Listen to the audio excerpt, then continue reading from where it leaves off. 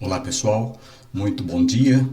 Estamos fazendo hoje o estudo avulso baseado em Isaías capítulo 6, versos de 1 a 8.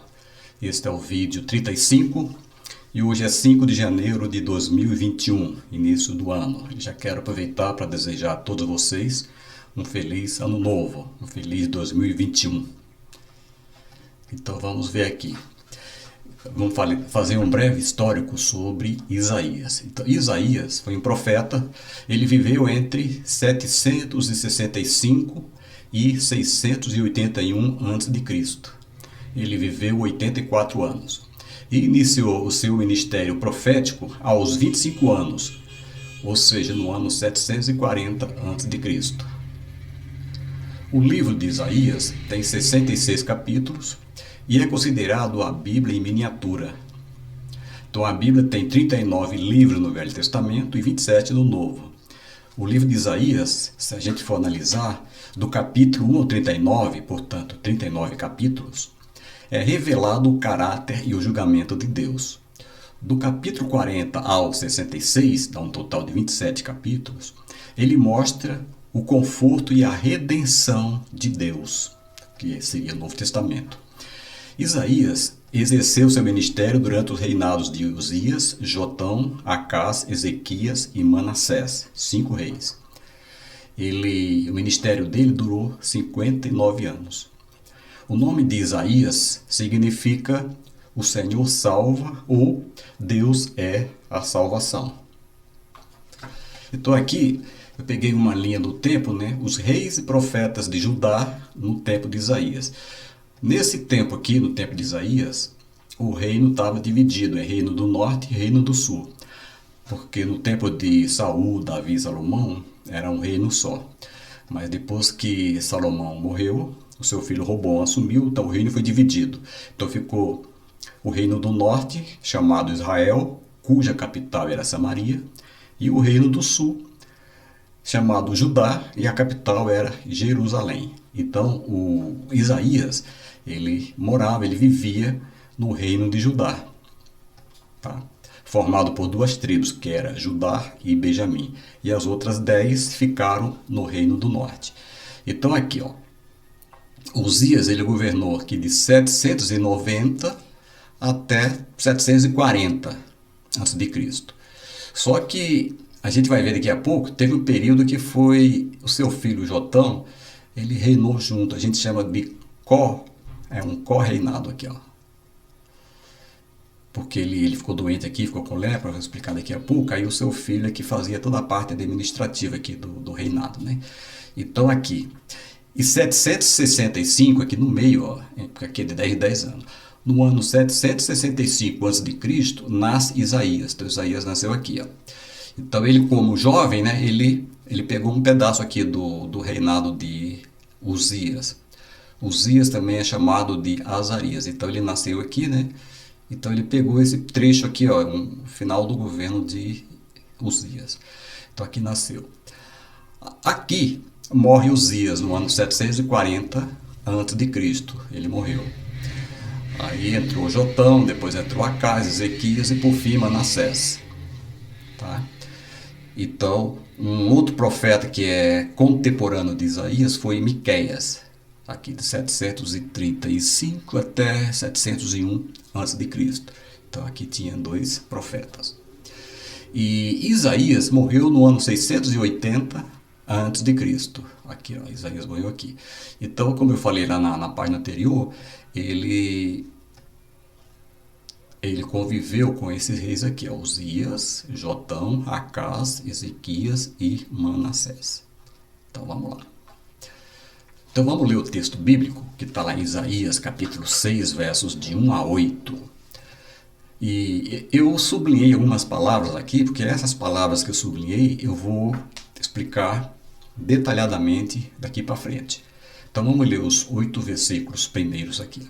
No ano em que o rei Uzias morreu, eu vi o Senhor assentado num trono, alto e exaltado, e a aba de sua veste enchia o templo. Então aqui já tem 3 palavras, vamos falar de Uzias, trono e templo. Acima dele estavam os serafins, vamos falar também. Cada um deles tinha 6 asas. com 2 cobriam o rosto, com 2 cobriam os pés e com 2 voavam. E proclamavam uns aos outros: Santo, Santo, Santo é o Senhor dos exércitos. A terra inteira está cheia da sua glória. Ao som das suas vozes, os batentes das portas tremeram e o templo ficou cheio de fumaça. Ao som, aqui no caso, a voz do Senhor. Então, os batentes da porta tremeram e o templo ficou cheio de fumaça. Verso 5. Então gritei, aqui no caso Isaías: ai de mim, nós vamos falar sobre esse ai aqui, ó. Ai de mim, estou perdido, pois sou um homem de lábios impuros e vivo no meio de um povo de lábios impuros. E os meus olhos viram o Rei, o Senhor dos exércitos. Verso 6. Então um dos serafins voou até mim, trazendo uma brasa viva que havia tirado do altar, com uma tenaz. Então eu vou explicar essa brasa viva aqui. Com ela tocou a minha boca e disse: veja isto, tocou os seus lábios. O serafim falando para Isaías. Vou falar também dos lábios. Por isso a sua culpa será removida e o seu pecado será perdoado. Então ouvi a voz do Senhor conclamando: quem enviarei? Quem irá por nós? E eu respondi: eis-me aqui, envia-me. Então a gente leu esses 8 versículos de Isaías 6. E agora vamos explicar, começando aqui com Uzias, trono, templo, serafins e assim por diante. Então vamos lá. Uzias. Quando se tornou forte, Uzias se exaltou no coração para sua própria ruína. Ele foi um rei bom. Seu primeiro período ele foi muito bom, trouxe prosperidade para Israel, para toda, para a nação lá onde ele estava, em Judá. E só que depois ele se sentiu poderoso, o orgulho subiu ao seu coração. Tal qual aconteceu com Lúcifer. O orgulho subiu e ele caiu. E a gente pode confirmar isso no livro de 2 Crônicas 26:16. Entretanto, depois que Uzias se tornou poderoso, o seu orgulho provocou a sua queda. Então o orgulho é um pecado terrível. Então não é o primeiro que cai por causa do orgulho. Ele foi infiel ao Senhor, ao seu Deus, e entrou no templo do Senhor para queimar incenso no altar do incenso.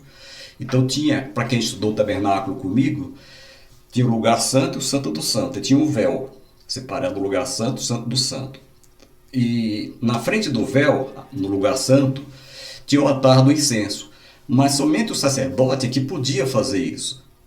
Não é porque ele é rei que vai fazer. Então ele tinha a sua função política, econômica, militar, mas ele não tinha essa autorização. É somente o sacerdote, que tinha que ser da tribo de Levi, separado para isso, ungido para isso, é que podia fazer isso, levar o incenso para colocar no altar do incenso. E ele simplesmente resolveu, ele se achou o todo-poderoso, Ele se achou o dono. Mas aí ele foi punido por Deus. Então, o sacerdote, se você for ler, continuar isso aqui, repreenderam o Uzias, e ele, na mesma hora, ficou com lepra. Então ele já não podia mais entrar no templo, porque estava impuro, e teve que se afastar das suas funções. Aí que o seu filho fazia o correinado junto com ele, porque ele estava com lepra, e quem estava com lepra no Antigo Testamento tinha que se isolar. Então aconteceu isso com ele, mas por causa do orgulho, ele resolveu dar uma também até de sacerdote, e ele foi punido. Agora vamos falar do encontro de Isaías com o Senhor. Outros profetas sempre se referem aos anos de governo do rei em atividade. Aqui Isaías se refere ao ano da morte do rei Uzias. Só depois da morte do rei, Isaías teve um encontro com Deus. Por exemplo, se você pegar lá os outros profetas, Ezequiel, Amós, eles sempre falam assim, no ano primeiro do rei fulano de tal, no ano segundo do rei fulano de tal, ou seja, se refere ao ano em que aquele rei está na ativa, está reinando, está no pleno exercício das suas funções. Isaías é o único que se refere à morte do rei, o ano em que o rei morreu. Então aqui Isaías se refere ao ano da morte do rei Uzias. A gente conclui, existem alguns pastores também que concluem que esse rei estava atrapalhando Isaías de ter um encontro assim, íntimo com Deus. Você pode ver que depois que o rei morreu, ele foi para o templo, então ele teve aquele encontro maravilhoso com Deus. Só depois da morte do rei, Isaías teve um encontro com Deus. Então a gente tem que ver se tem algum Uzias atrapalhando, né, o nosso encontro com Deus, atrapalhando de nós termos um relacionamento mais íntimo, mais exclusivo com Deus. Uzias pode ser dinheiro, pode ser um ídolo, pode ser qualquer coisa que esteja atrapalhando. Trono. O trono do Senhor, do seu templo terreno, era a representação do seu trono no templo celestial. Então, se a gente for lá em Isaías 66, vou até pegar aqui, 66:1, a gente vai ter uma amostra, vou ver aqui, ó, 66:1, aqui diz assim, a palavra de Deus. Assim diz o Senhor, o céu é o meu trono e a terra o meu escabelo. Onde está a casa que vós edificastes para mim? E onde está o lugar do meu descanso? Então aqui diz que o trono do Senhor é no céu. O trono do Senhor, no seu tempo terreno, aquele que Isaías viu, era uma representação do trono de Deus lá no céu. O templo. Aqui, eu vou ficar bastante tempo aqui. Ó. Aqui o templo trata-se do templo de Salomão em Jerusalém. Tá? Quero frisar bem que é o templo que Salomão construiu em Jerusalém. E então Isaías ele recebeu a sua missão de comissionamento no templo, mas em sua visão o templo de Salomão foi transformado na sala do trono do próprio céu.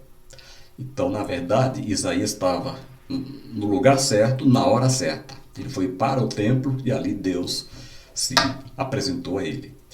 O templo celestial de Deus e a sala do trono se cruzavam no templo terreno, ou seja, a glória de Deus, né, o seu trono, ele foi manifesto aqui no templo de Salomão. Quando eu falo templo terreno, o templo de Salomão. Então, o templo celestial de Deus e a sala do trono se cruzavam no templo terreno. Isaías é apresentado como se estivesse no templo celestial. Então, naquele momento, ele se imaginou no céu.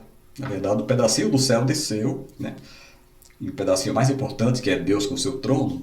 E então ali o Isaías se sentiu como se estivesse no céu, ao qual os profetas eram frequentemente levados. A gente pode ver isso no Apocalipse 4, 1-8, aconteceu com o apóstolo João. É um comentário que eu tirei essa parte aqui da Bíblia de Estudo de Genebra. Então Isaías é apresentado como se estivesse no templo celestial. Já que Deus desceu até ele, ele se sentiu no céu, o que é maravilhoso. Então o templo de Salomão é isso aqui, ó. E por que eu disse que era o templo de Salomão? O templo de Salomão ele foi construído, foi inaugurado em 966 a.C. e durou até 586 a.C. Aqui ele foi destruído por Nabucodonosor, rei da Babilônia. Como Isaías viveu, principalmente o seu ministério, né, foi de 740 a.C. para frente, então está dentro desse intervalo aqui, ó. Então a gente viu que foi de 740 até 600 e pouco. Então ele está aqui nesse intervalo.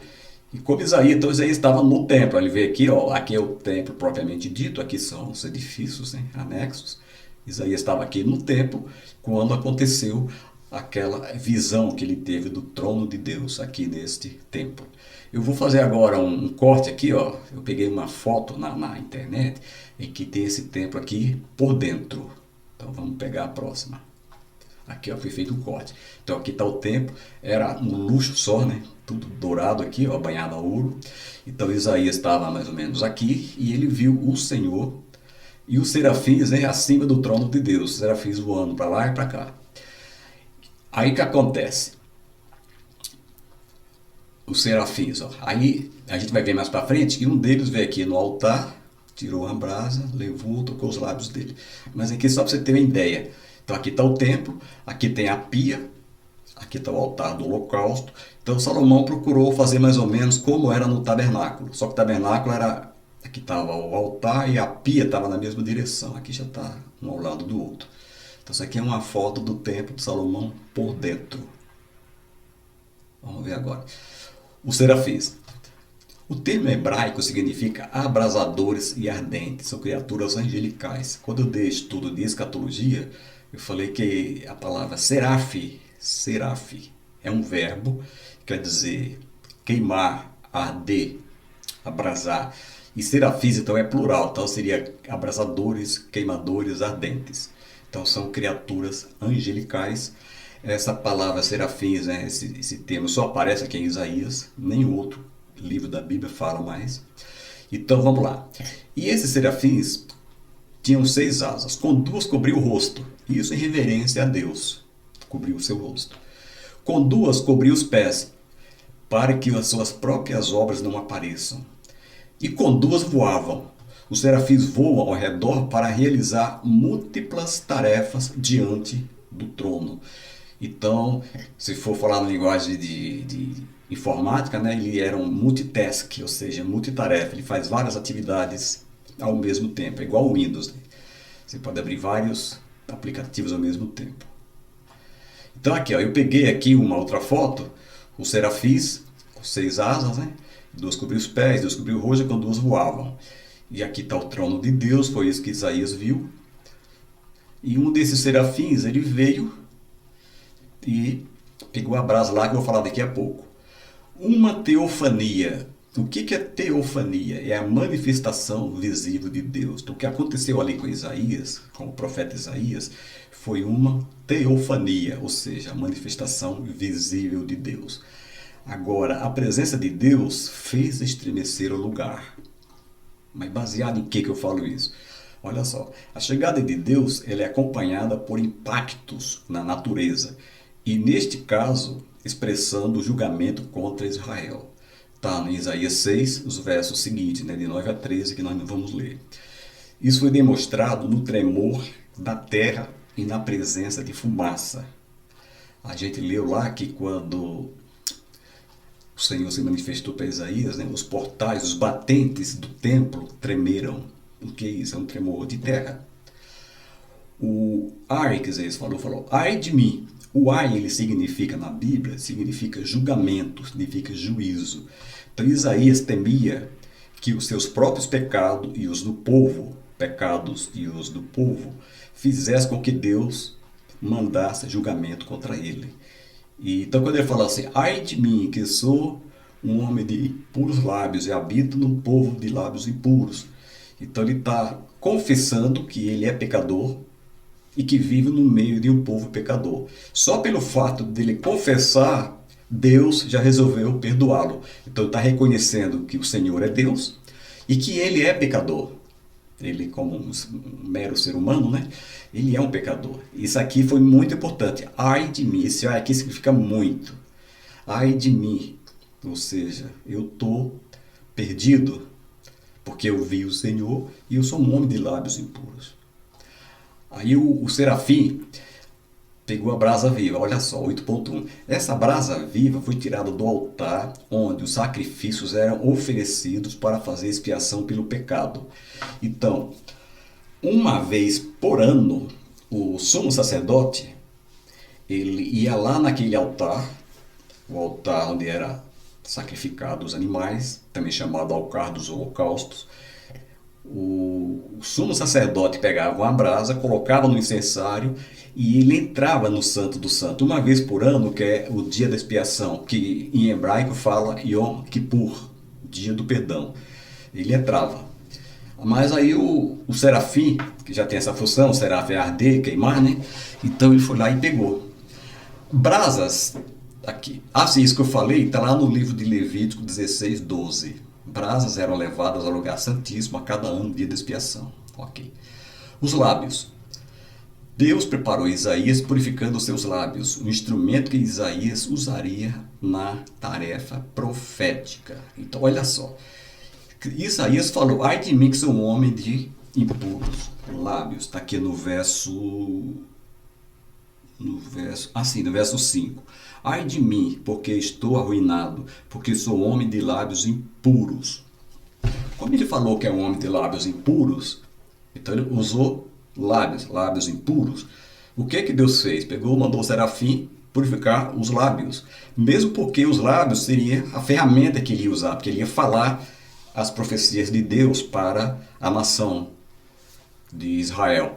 Então, como ele falou, ai de mim que sou um homem de impuros lábios, então Deus mandou purificar os lábios. Se ele falasse assim, ai de mim que sou um homem de coração impuro, ia mandar purificar o coração. Mas como ele falou que era de lábios impuros, então mandou purificar os lábios. E ele fez isso simbolicamente, ou seja, Deus fez isso simbolicamente, quando um dos serafins tocou os lábios de Isaías com uma brasa viva. Então, na verdade, o anjo aqui, o serafim, ele tocou os lábios de Isaías com uma brasa. Mas quem perdoa pecado é Deus.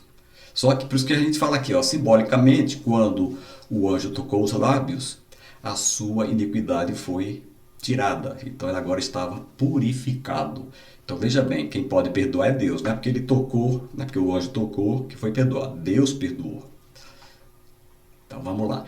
Então tá aqui, ó, um dos serafins veio, pegou a brasa aqui no altar. Não deve ter descido, né? Porque ele voou, né? Então ele veio voando aqui, tá, tocou os lábios de Isaías. Nesse momento, Deus perdoou seus pecados. Aí sim, aí Deus comissionou Isaías. Olha só, Isaías 6:8. Então ouvi a voz do Senhor, Isaías agora falando, conclamando: quem enviarei? Agora Deus falando com Isaías: quem irá por nós? E eu respondi: eis-me aqui, envia-me a mim. Só uma explicação, aqui quando fala quem irá por nós, aqui está se tratando do Deus Trino, ou seja, a Santíssima Trindade, Pai, Filho e Espírito Santo, são três em um. Então aqui ele usou singular, aqui ele usou plural. Quando ele usou plural, ele está se referindo ao Deus Trino, Elohim, que é plural no hebraico. Quem irá por nós? E eu respondi: eis-me aqui, envia-me a mim. Então a gente observa que a prontidão de Isaías para servir contrasta com a relutância de Moisés e Jeremias. Quando Deus chamou Moisés, ele não quis, falou: Senhor, eu sou pesado de língua, não tenho condições, quem sou eu falar com o faraó? Jeremias também colocou um monte de obstáculo, né? Não, é porque eu sou jovem e tal. A gente pode checar isso em Êxodo 4 e Jeremias capítulo 1, verso 6. E Isaías foi diferente. Quando o Senhor perguntou: quem irá por nós? Tá? Ele falou: eis-me aqui, envia-me a mim. Interessante que só depois que Isaías teve seus pecados perdoados, foi purificado, é que Deus o comissionou. Ou seja, só depois do encontro que ele teve com Deus, é que Deus enviou para servir. Na verdade, foi para trazer mensagem de juízo à nação que estava mergulhada na idolatria, no pecado. Então Deus usou esse homem, né, Isaías, para trazer o seu recado, trazer a sua palavra, a sua profecia, para ver se o povo se arrependia dos seus maus caminhos e voltava para Deus.